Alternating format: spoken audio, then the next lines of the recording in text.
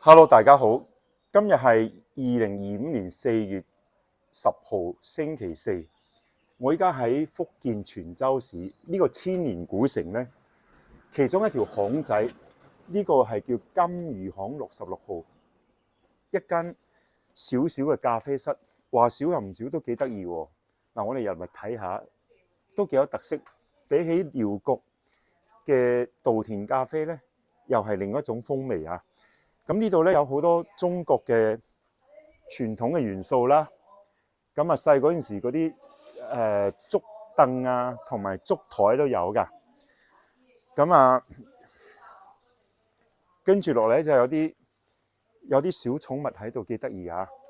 咁我哋要講咧係講咩咧？講中美貿易戰下邊，我哋老百姓應該點樣做？嗱，依家中美貿易戰咧。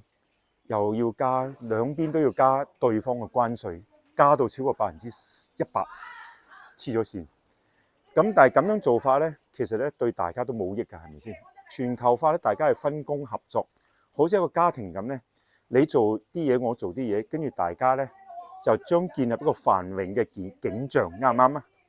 但係而家唔係喎，依家係大家想做埋嘢，各自為家，咁地球嘅資源咧，咪浪費咯，啱唔啱啊？